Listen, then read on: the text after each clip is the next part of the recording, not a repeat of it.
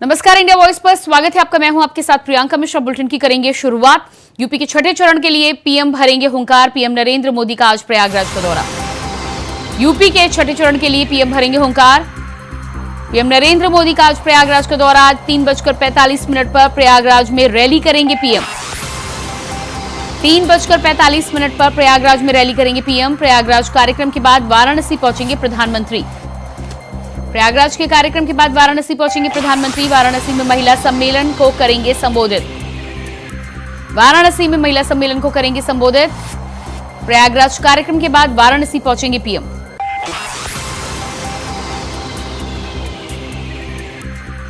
UP के छठे चरण के लिए पीएम भरेंगे हुंकार। पीएम नरेंद्र मोदी का प्रयागराज का दौरा। आज 3:45 पर प्रयागराज में रैली करेंगे पीएम। प्रधानमंत्री नरेंद्र मोदी लगातार लोकसभा चुनावों के मद्देनजर प्रचार प्रसार में अलग अलग राज्यों में व्यस्त हैं। आज यूपी के प्रयागराज में 3:45 पर रैली करेंगे प्रधानमंत्री नरेंद्र मोदी। छठे चरण के लिए पीएम भरेंगे हुंकार। प्रधानमंत्री नरेंद्र मोदी का आज प्रयागराज का दौरा। 3:45 पर प्रयागराज में रैली करेंगे पीएम। इसके अलावा वाराणसी में महिला सम्मेलन को भी संबोधित करेंगे पीएम। प्रयागराज के कार्यक्रम के बाद वाराणसी में महिला सम्मेलन को संबोधित करेंगे पीएम नरेंद्र मोदी।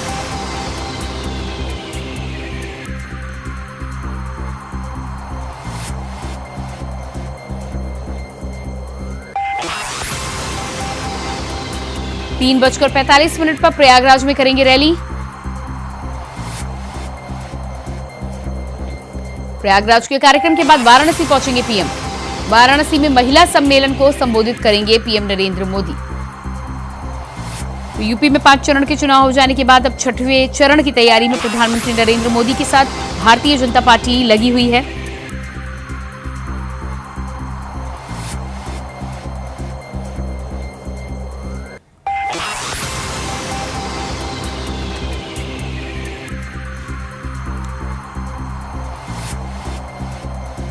छठे चरण के चुनाव को देखते हुए प्रधानमंत्री नरेंद्र मोदी प्रयागराज और वाराणसी में प्रचार प्रसार के लिए पहुंचेंगे। आपको बता दें कि 25 मई को छठे चरण के मतदान होने हैं। 57 सीटों पर छठे चरण में चुनाव होने हैं और प्रधानमंत्री नरेंद्र मोदी यूपी की अलग अलग सीटों पर प्रचार प्रसार के लिए लगातार दौरा करते हुए उत्तर प्रदेश का प्रयागराज के दौरे पर आज प्रधानमंत्री नरेंद्र मोदी प्रयागराज के साथ ही साथ वाराणसी में भी कार्यक्रम को करेंगे संबोधित।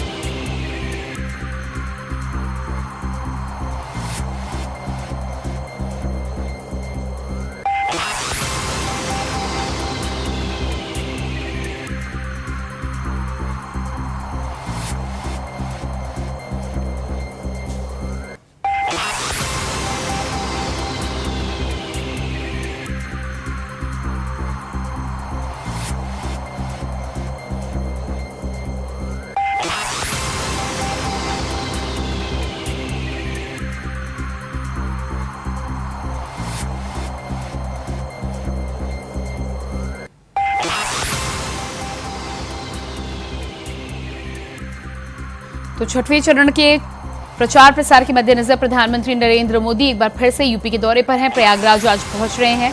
आज प्रधानमंत्री प्रयागराज के दौरे पर रहेंगे। 3:45 पर सबसे पहले प्रयागराज में रैली को संबोधित करेंगे और इसके बाद प्रयागराज के कार्यक्रम के बाद वाराणसी का दौरा भी करेंगे प्रधानमंत्री नरेंद्र मोदी। आपको जानकारी दे दें कि वाराणसी में प्रधानमंत्री का चुनाव 7वें चरण में यानी कि 7वें चरण में वाराणसी में वोट पड़ने हैं। ऐसे में महिला सम्मेलन को भी वाराणसी में संबोधित करते नजर आएंगे प्रधानमंत्री नरेंद्र मोदी।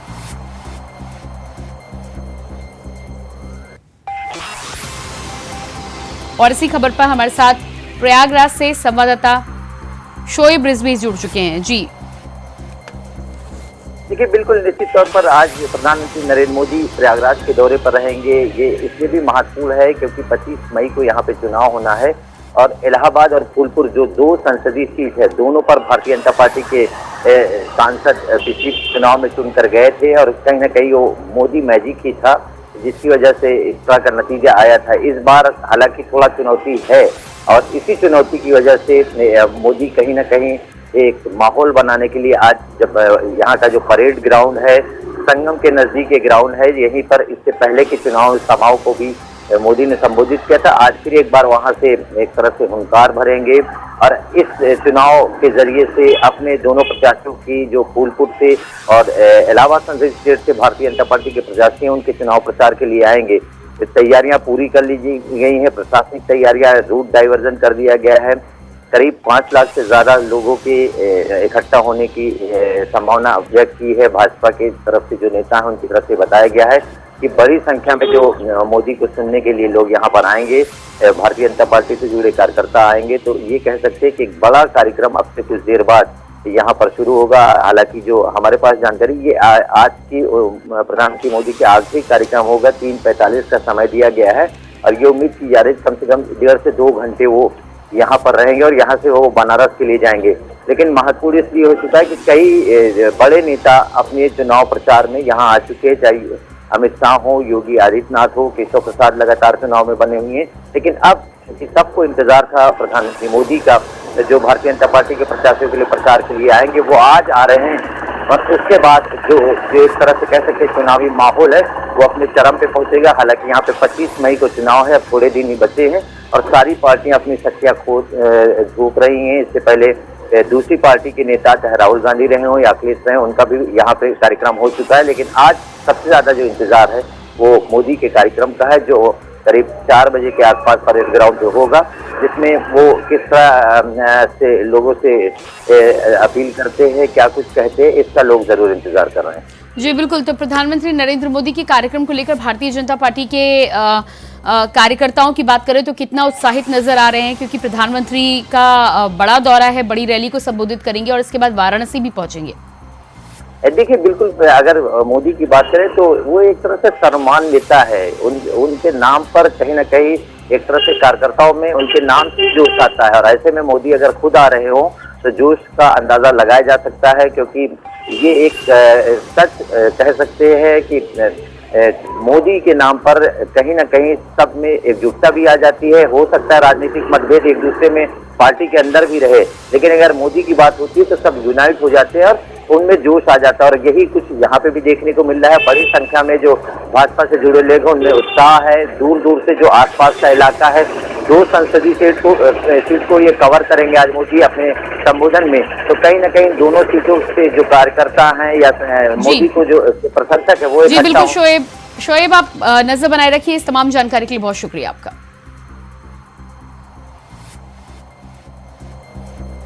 तो प्रधानमंत्री नरेंद्र मोदी का आज प्रयागराज का दौरा, आज प्रयागराज पहुंच रहे हैं प्रधानमंत्री नरेंद्र मोदी, जनसभा को करेंगे संबोधित और इसके बाद वाराणसी में महिला सम्मेलन को भी संबोधित करेंगे पीएम मोदी।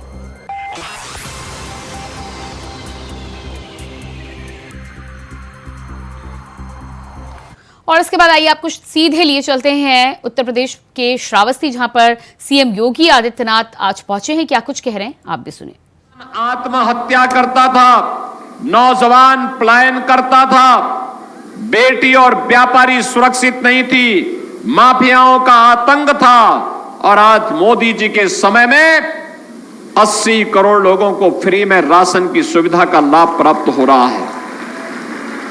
ये नया भारत है। हर गरीब को 5 लाख रुपए की आयुष्मान भारत का कार्ड प्राप्त हो गया है। वह कहीं भी जाकर के अपना उपचार करा सकता है। 60 करोड़ लोगों को यह सुविधा देश के अंदर प्राप्त हो रही है।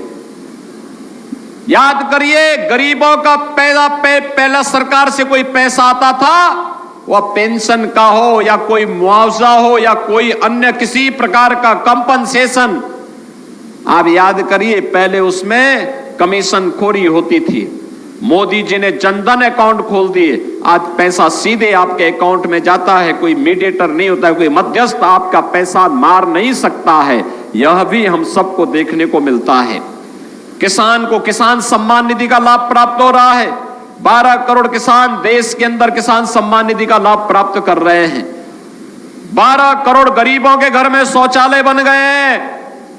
10 करोड़ गरीबों को उज्ज्वला योजना का कनेक्शन मिल गया है। और मोदी जी ने कहा है कि 70 वर्ष से ऊपर का जो भी बुजुर्ग होगा उसको हम 5 लाख रुपए प्रतिवर्ष उपचार के लिए आयुष्मान भारत के कार्ड की सुविधा उपलब्ध करवाएंगे। राशन की सुविधा अनवरत जारी रहेगी। किसान सम्मान निधि का लाभ भी लोगों को मिलता रहेगा। और 4 करोड़ गरीबों के मकान बन गए हैं। बाकी जितने बचे हैं इन सबको भी एक एक आवास अगले 5 वर्ष के अंदर उपलब्ध करवाने का काम करेंगे। बहनों और भाइयों, आपने देखा होगा यहां सम्मान भी है, सुरक्षा भी है, विकास भी है, गरीब कल्याण भी है। और थारू जनजाति से जुड़े हुए क्षेत्रों में तो हम लोगों ने पहले ही यहां मकान की सुविधा लोगों को उपलब्ध करवाने का काम किया है। जो बचेंगे उनको भी हम अगले 2-3 वर्ष के अंदर मकान दिलाने का काम करेंगे। आज थारू संस्कृति को पुनर्जीवित करने के लिए यहां पे हम लोगों ने एक म्यूजियम भी बनाया है। म्यूजियम के माध्यम से भी यहां को एक नई पहचान दिलाने का काम हो रहा है। बहनों और भाइयों, विकास के लिए पहले इन क्षेत्रों में आना अत्यंत दूभर था। आज बेहतर सड़क बनी है। आज आने के लिए बिजली सड़क है तो बिजली भी है। पहले लोग गड्ढों का पानी और तालाब का पानी पीते थे। आज पाइप पेयजल की स्कीम लागू हो रही है। हर घर तक नल पहुंचाया जा रहा है और नल से शुद्ध जल उपलब्ध करवाने का काम भी उपलब्ध करने का प्रयास हो रहा है। बहनों और भाइयों, आप याद करिए बलरामपुर जिले में लोग बोलते थे यहां विकास कभी नहीं होगा। मुझे कभी देवीपाटन मंदिर में आना होता था, मैं देख के ताज्जुब करता था कि अगर मैं गोरखपुर से चलता था तो भी मुझे 6 घंटे लगते थे। गोंडा से आता था तो गोंडा के रास्ते भी मुझे गोरखपुर से आना होता था तो भी बहनों और भाइयों मुझे 8 घंटे लगते थे। और अगर गोंडा में ट्रेन पे आ गया तब भी मुझे 4 घंटे देवीपाटन पहुंचने में लगते थे।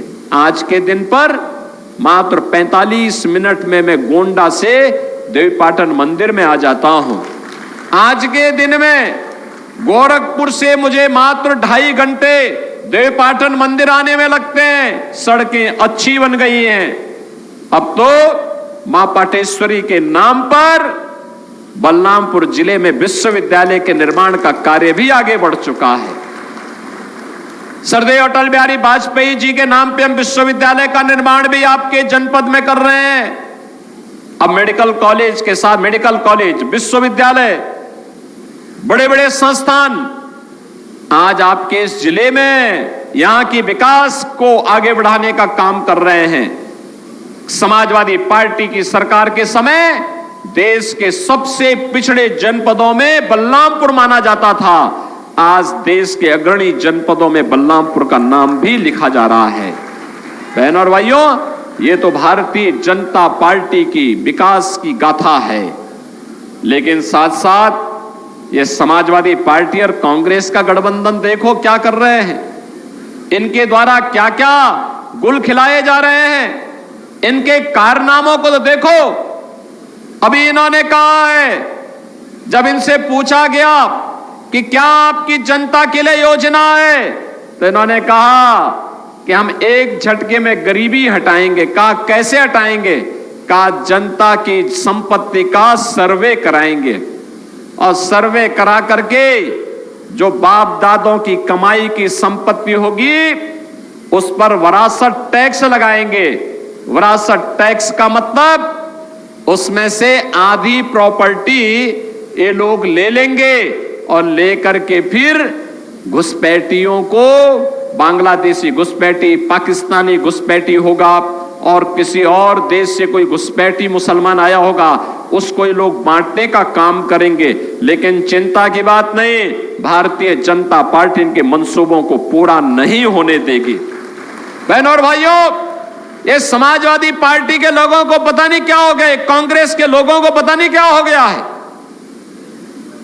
इनका ये विरासत टैक्स औरंगजेब का जजिया कर है।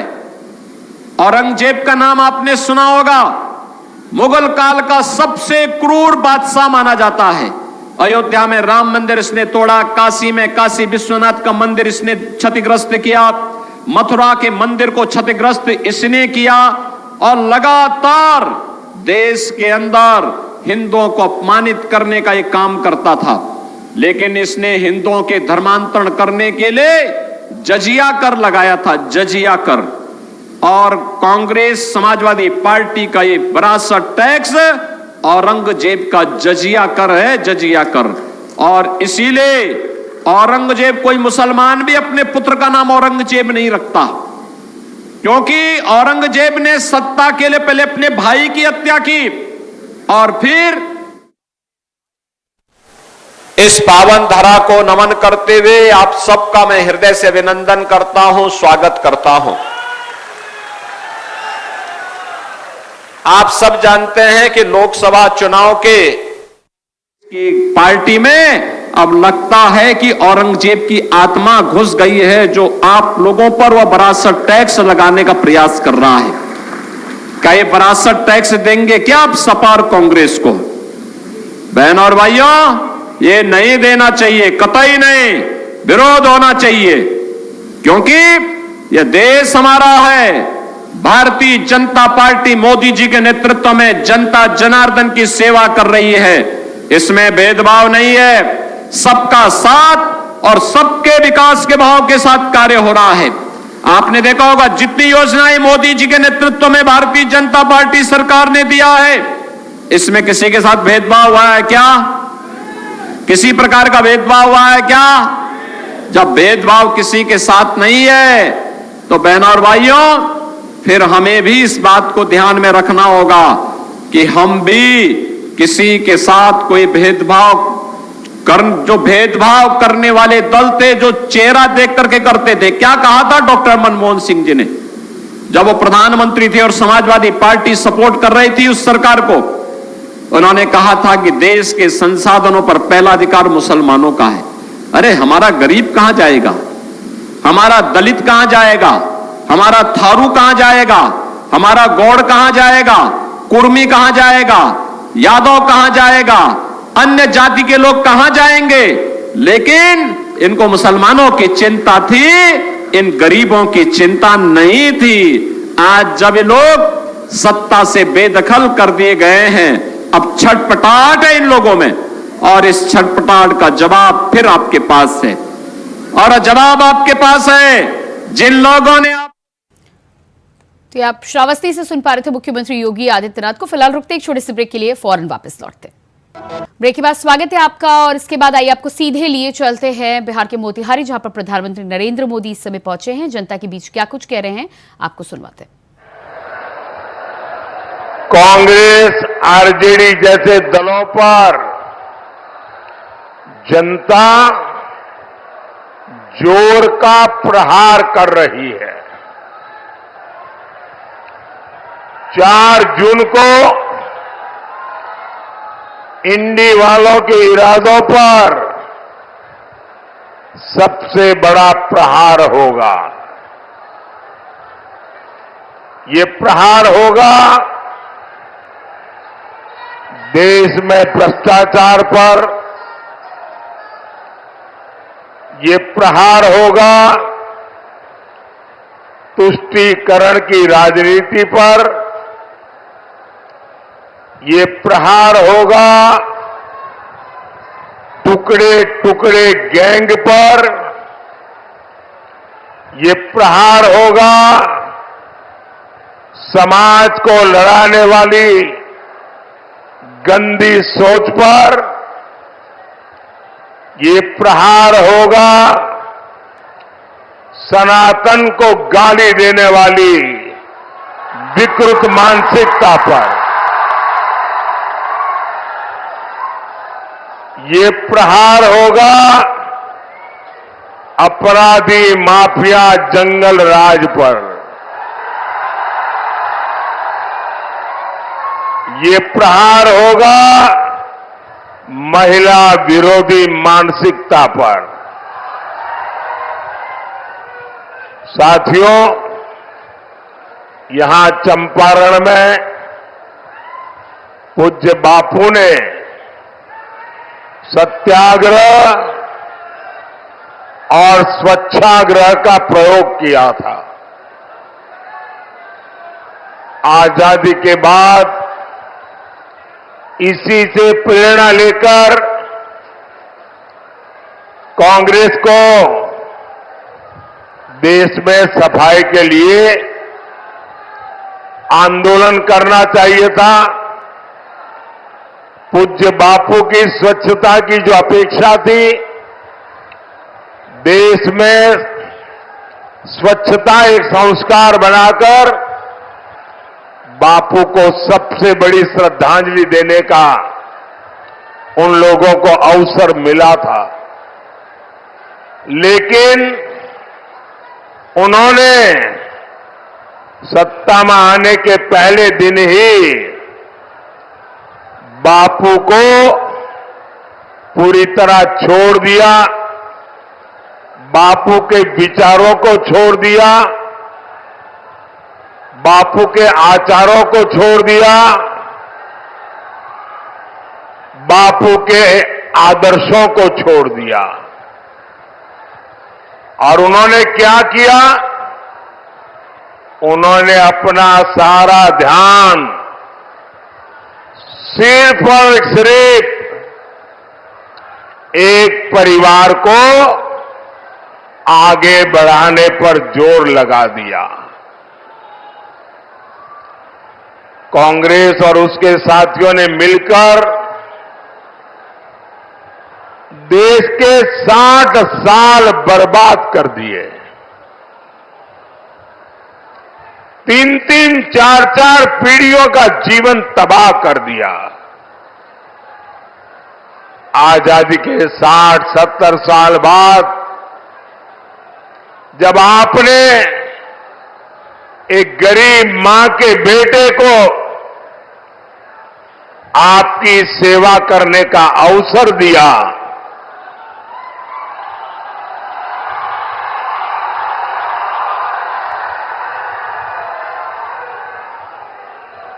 और 60-70 साल बाद जब मोदी आया, तब घर घर शौचालय पहुंचा।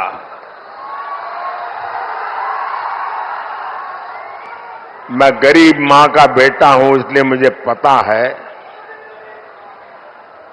कि हमारे देश की महिलाओं को शौचालय जैसी सुविधा न होने से कैसे दिन काटना पड़ता था। या तो सुबह सूर्योदय के पहले जाओ, या तो सूरज ढलने तक इंतजार करो। और इसके कारण मेरी माताओं बहनों के शरीर के स्वास्थ्य पर बहुत ही गंभीर परिणाम होते थे। लेकिन उनको शौचालय की जरूरत गरीब को क्यों है, शौचालय की जरूरत मेरी मां बहन को क्यों है, इसकी समझ तक नहीं थी भाइयों। आजादी के 60-70 बाद जब मोदी आया तो हर घर में बिजली पहुंची।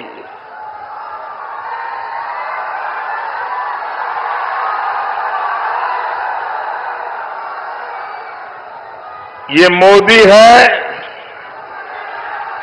जिसने हर घर में गैस पहुंचाने का बीड़ा उठाया।